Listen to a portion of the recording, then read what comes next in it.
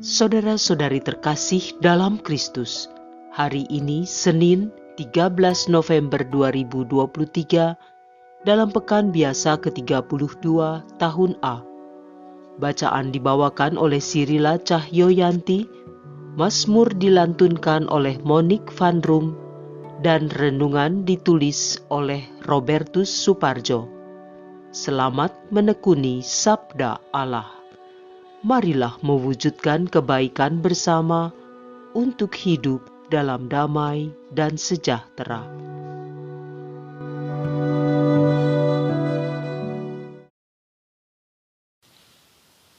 Dalam nama Bapa dan Putra dan Roh Kudus.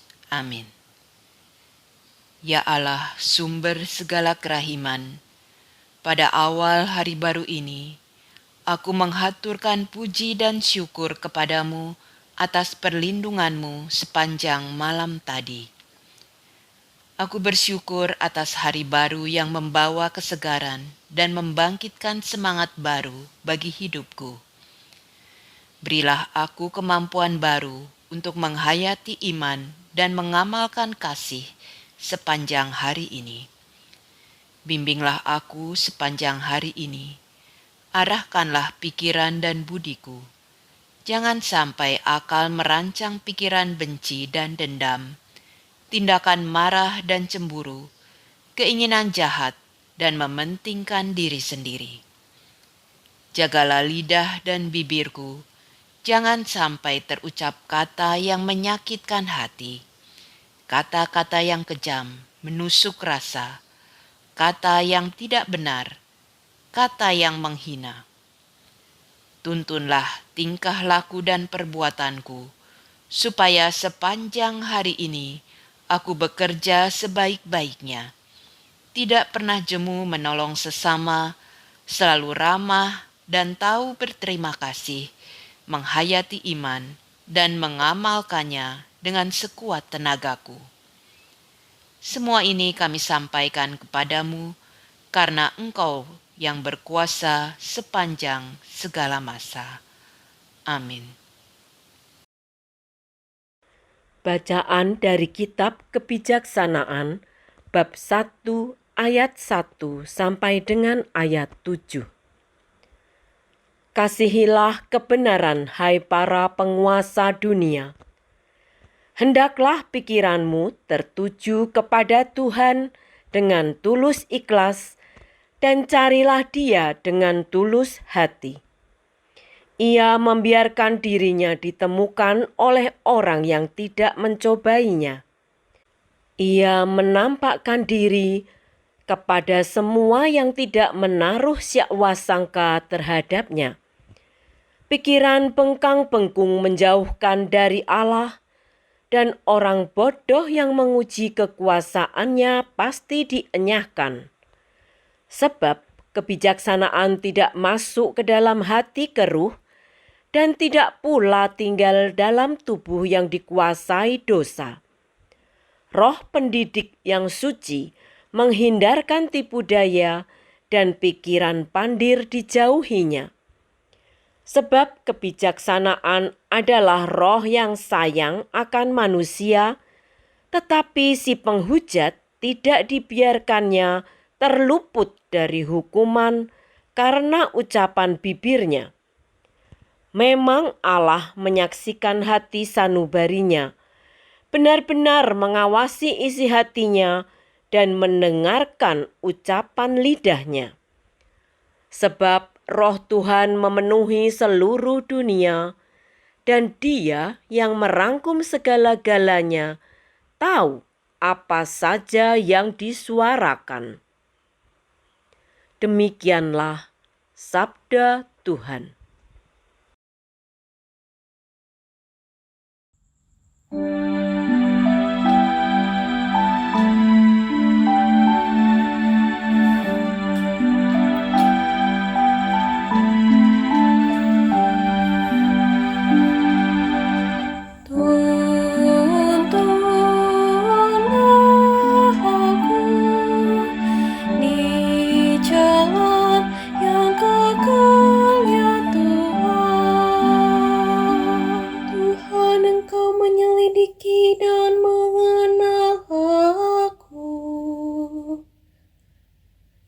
Engkau mengetahui apakah aku duduk atau berdiri.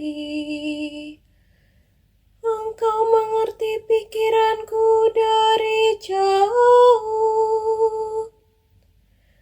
Engkau memeriksa aku kalau aku berjalan dan berbaring. Segala jalanku Kau maklumi. Tuntunlah aku di jalan yang kekal ya Tuhan. Sebab sebelum lidahku mengeluarkan perkataan, sesungguhnya semuanya telah Kau ketahui ya Tuhan. Dari belakang dan dari depan, Engkau mengurung aku. Dan Engkau menaruh tangan-Mu ke atasku. Terlalu ajaib bagiku pengetahuan itu. Terlalu tinggi, tidak sanggup aku mencapainya. Tuntunlah aku di jalan yang kekal ya Tuhan. Kemana aku dapat pergi menjauhi Roh-Mu? Kemana aku dapat lari dari hadapan-Mu?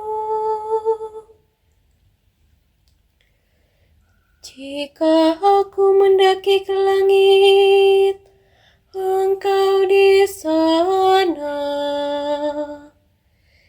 Jika aku menaruh tempat tidurku di dunia orang mati, Engkau pun ada di situ. Tuntunlah aku di jalan yang kekal ya Tuhan. Jika aku terbang dengan sayap fajar dan membuat kediaman di ujung laut, di sana pun tangan-Mu akan menuntun aku, dan tangan kanan-Mu memegang aku. Tuntunlah aku di jalan yang kekal ya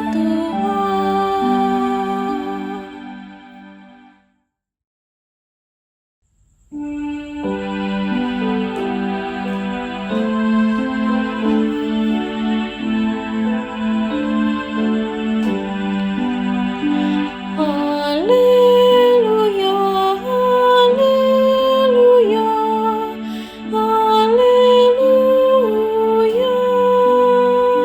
Hendaklah di dunia ini kalian bersinar seperti bintang-bintang, sambil berpegang pada firman kehidupan.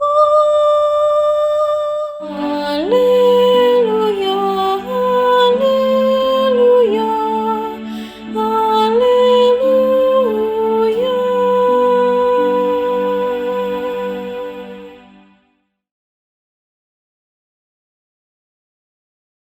Inilah Injil suci menurut Lukas bab 17 ayat 1 sampai dengan ayat 6.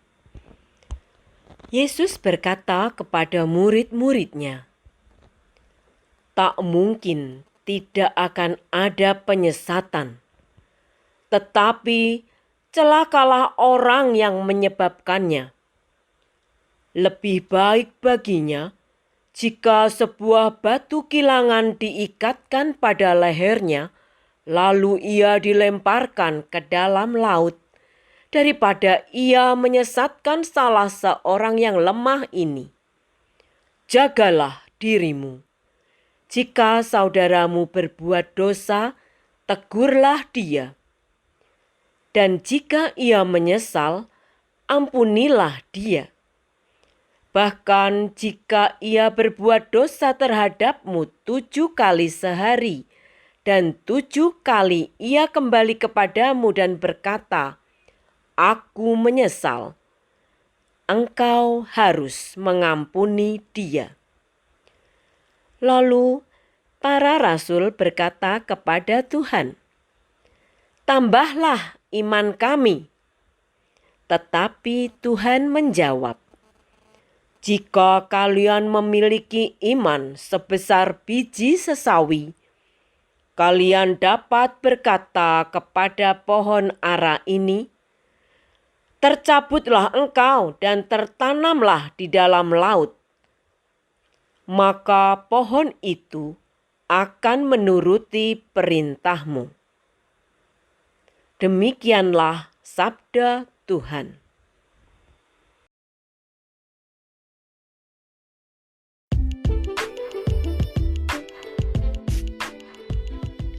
Mengampuni sifat dasar Kristiani. Renungan dibawakan oleh Maria Clara.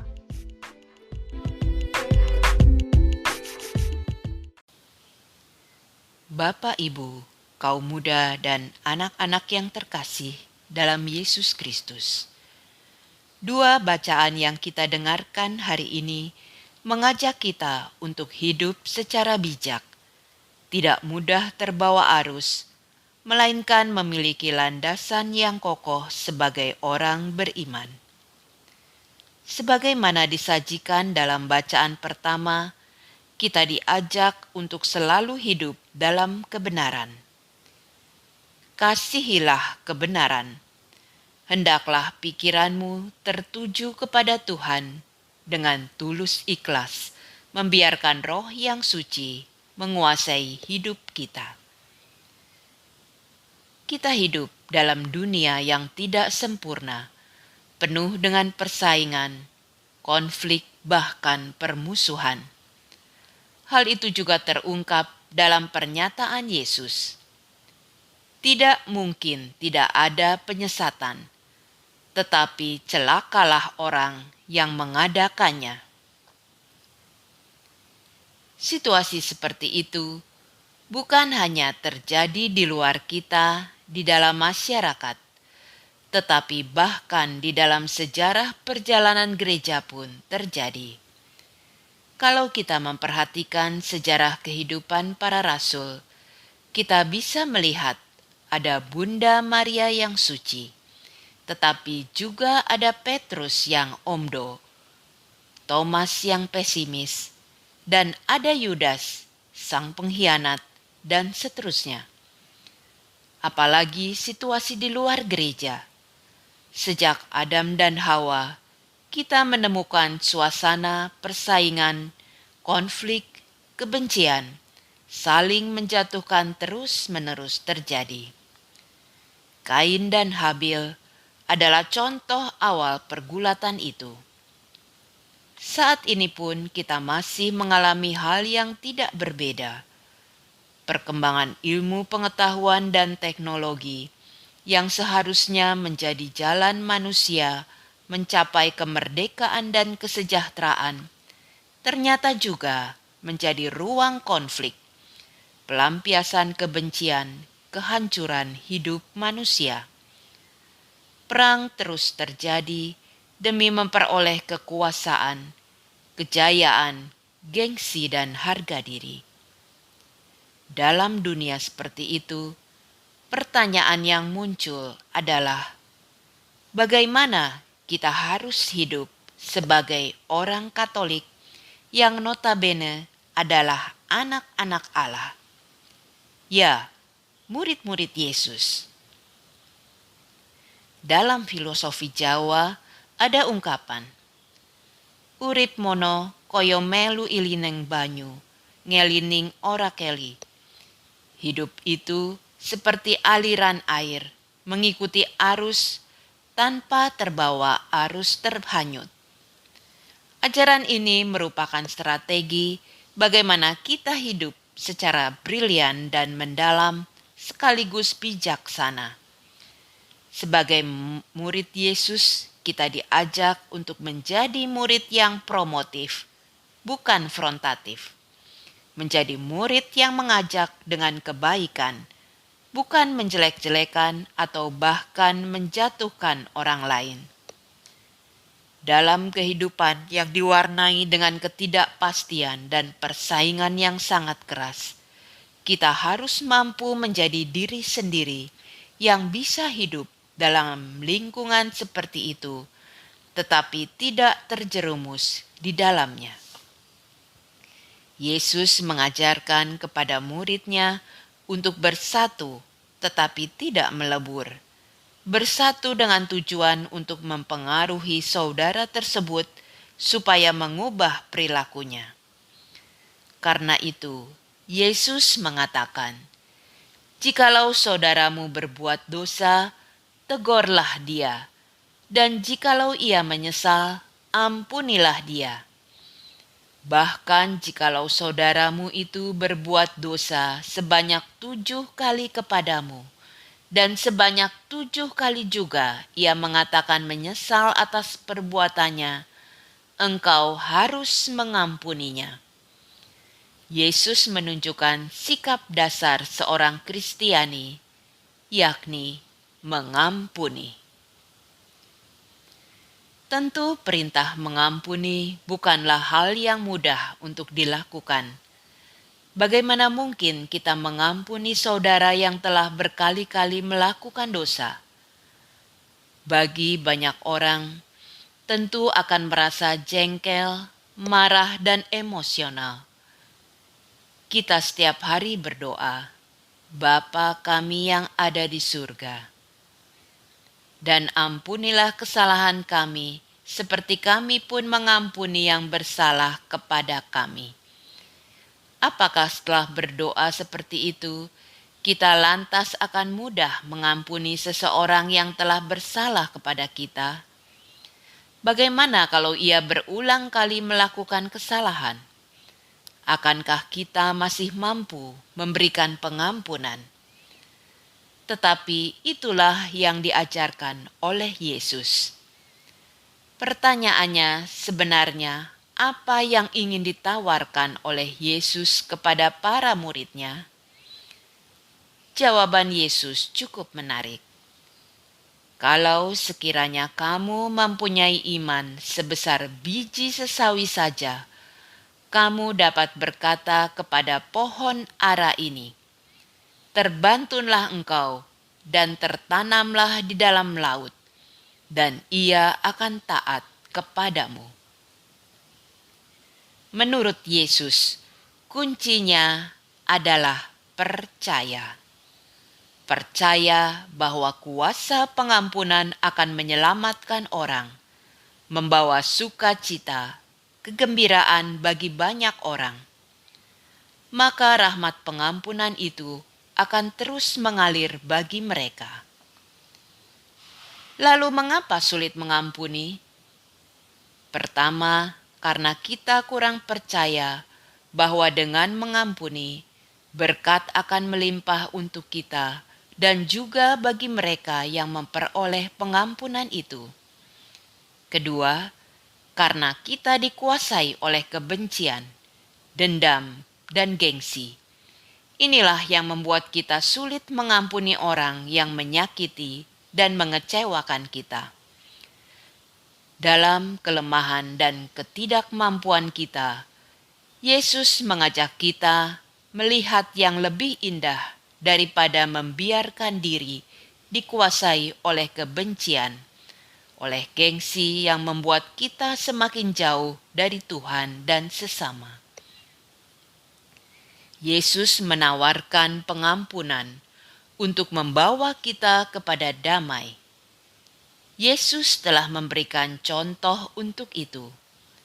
Dikala banyak orang membenci, menolak, bahkan menyalibkan Dia, yang Yesus lakukan adalah mendoakan mereka. Inilah kebesaran kasih Allah untuk mengampuni. Yesus memberikan tanpa batas. Lantas, bagaimana dengan kita? Kesadaran para murid akan kerapuhannya sebagai manusia yang sulit mengampuni mendorong mereka meminta iman. Tambahkanlah iman kami. Mereka tidak meminta cara bagaimana dapat dengan tulus mengampuni, melainkan mereka meminta ditambahkan imannya. Dengan iman, mereka tidak hanya mengandalkan kemampuannya sendiri, melainkan dimampukan oleh Allah sendiri. Karena iman adalah penyerahan diri secara total kepada Allah, sehingga semua yang dilakukan dalam iman, Tuhan sendiri akan melakukannya. Memang tidak mudah, tetapi tetap bisa. Hanya kita mau atau tidak. Pengampunan butuh pengorbanan. Yesus telah memberikan teladannya. Sekarang saatnya kita membuktikan perintah Yesus untuk mengampuni. Mari kita terus mengampuni, terus belajar untuk mengampuni, agar rahmat Allah juga terus mengalir, baik untuk kita maupun semua orang yang memperoleh pengampunan itu. Tuhan memberkati kita semua.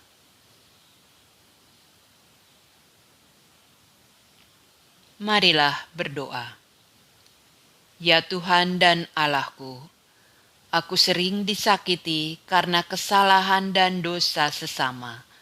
Sebagai manusia yang rapuh, yang mudah jatuh ke dalam dosa, aku mohon berilah aku hati yang luas untuk mengampuni dan menerima kembali mereka.